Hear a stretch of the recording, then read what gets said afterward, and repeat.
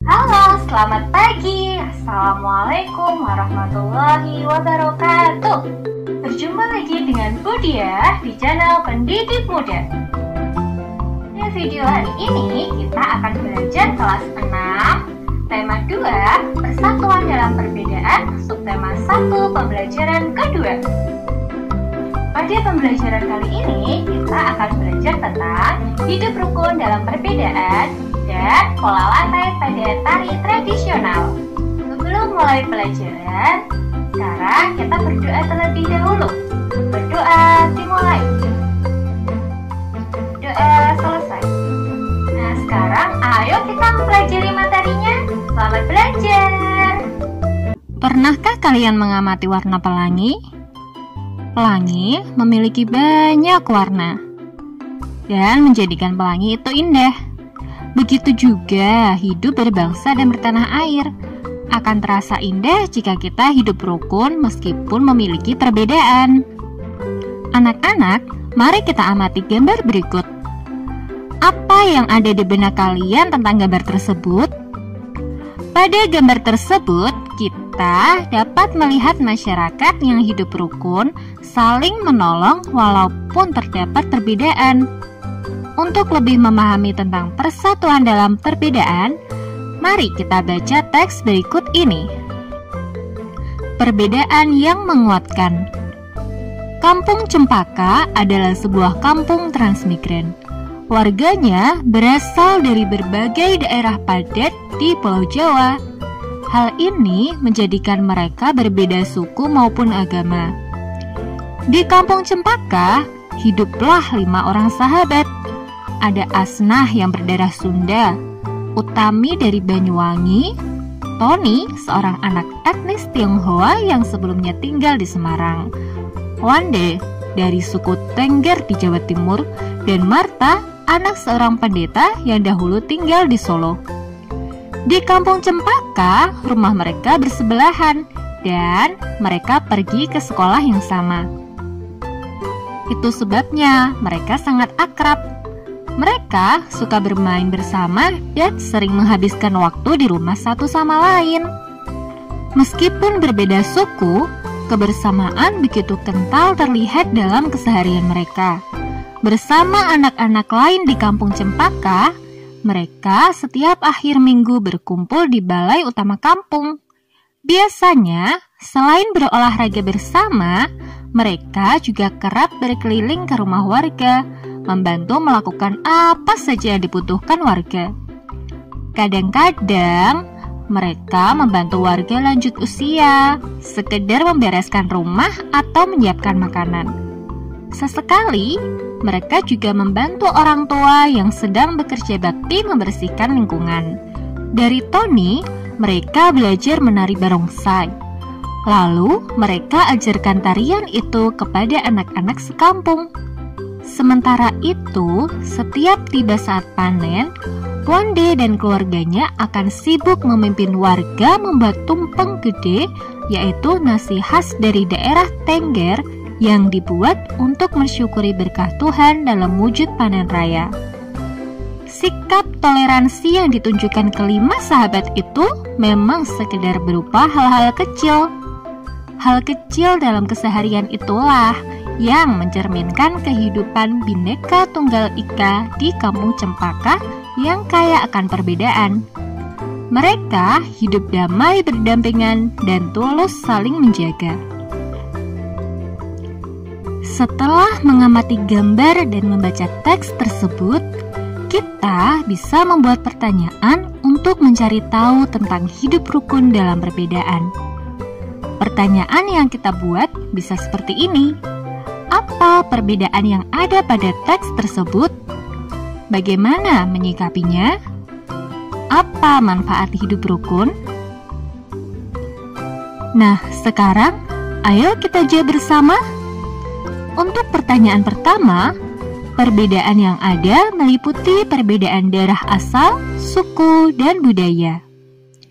Jawaban pertanyaan kedua, dengan sikap toleransi, saling menolong, mengadakan perkumpulan, dan mempelajari budaya masing-masing. Jawaban pertanyaan ketiga, mereka hidup damai berdampingan dan tulus saling menjaga. Semangat persatuan bangsa Indonesia tercermin pada seni budaya lokal.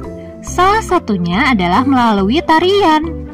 Banyak tarian daerah Indonesia yang menyerukan persatuan, seperti tari lego-lego, tari adat Alor. Ayo kita pelajari tari tersebut dari teks berikut.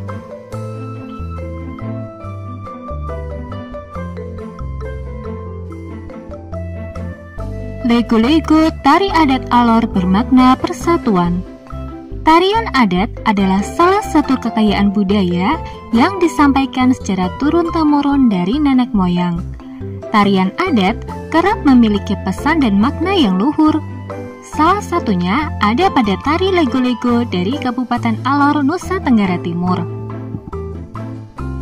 Tarian ini ditujukan untuk mengajak masyarakatnya bersatu membangun kampung dan negeri.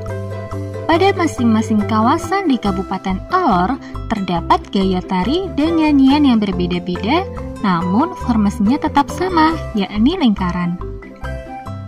Masing-masing nyanyian dan pantun yang diungkapkan saat menari memiliki arti serta harapan yang berbeda-beda. Beberapa literatur menyatakan bahwa tarian ini sempat menjadi tari perang. Sekarang, tarian ini lebih sering digunakan untuk menyambut tamu. Tamu diajak oleh masyarakat yang dituakan, lalu diajak menuju sebuah pohon besar yang rindang dengan beberapa warga perempuan yang berpegangan tangan mengelilingi pohon. Tamu dipersilahkan untuk ikut serta dalam tarian tersebut. Dengan gerakan kaki yang diatur sedemikian rupa, penari akan bergerak mengitari pohon. Pada saat yang sama, sirih pinang dan minuman kopi ditawarkan. Gerakan tari dan nyanyian di masing-masing daerah bisa saja berbeda, namun bentuk formasi lingkaran dan komponen tradisional lainnya tetap sama. Di dalam lingkaran, ada 3 lelaki yang memiliki tugas berbeda. Ada pemukul gong yang nadanya akan digunakan untuk menghitung langkah penari. Kemudian, ada seorang lelaki yang bernyanyi sekaligus mengucapkan pantun. Dan seorang lagi bertugas membagikan sirih pinang serta minuman sopi.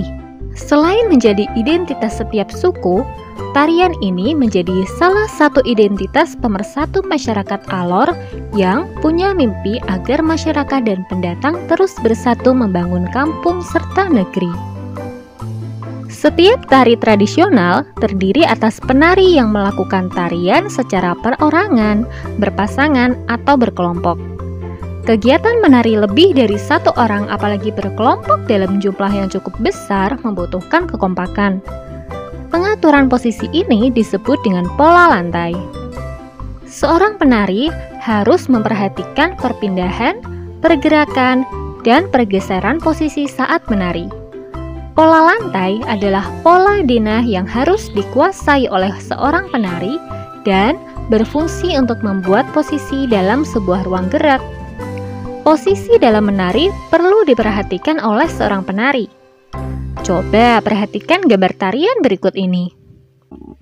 Kalau diamati, posisi penari pada tarian tersebut terdapat beberapa perbedaan dan persamaan. Kalau dikelompokkan, tari yospan, tari serimpi, tari baris cengkeden memiliki pola lantai yang sama. Tari mak badong dan tari randai masuk ke dalam kelompok yang sama. Sedangkan tari geding Sriwijaya memiliki pola lantai tersendiri. Pola lantai kelompok pertama disebut pola lantai vertikal atau lurus. Tari klasik banyak menggunakan pola lantai vertikal. Penari membentuk garis vertikal, yaitu garis lurus dari depan ke belakang atau sebaliknya. Pola lantai ini memberikan kesan sederhana tapi kuat. Pola lantai kelompok kedua disebut pola lantai garis melengkung. Penari membentuk garis lingkaran. Tari rakyat dan tari tradisional banyak menggunakan pola ini. Pola lantai ini memberikan kesan lemah dan lembut. Pola lantai yang ketiga disebut pola lantai diagonal.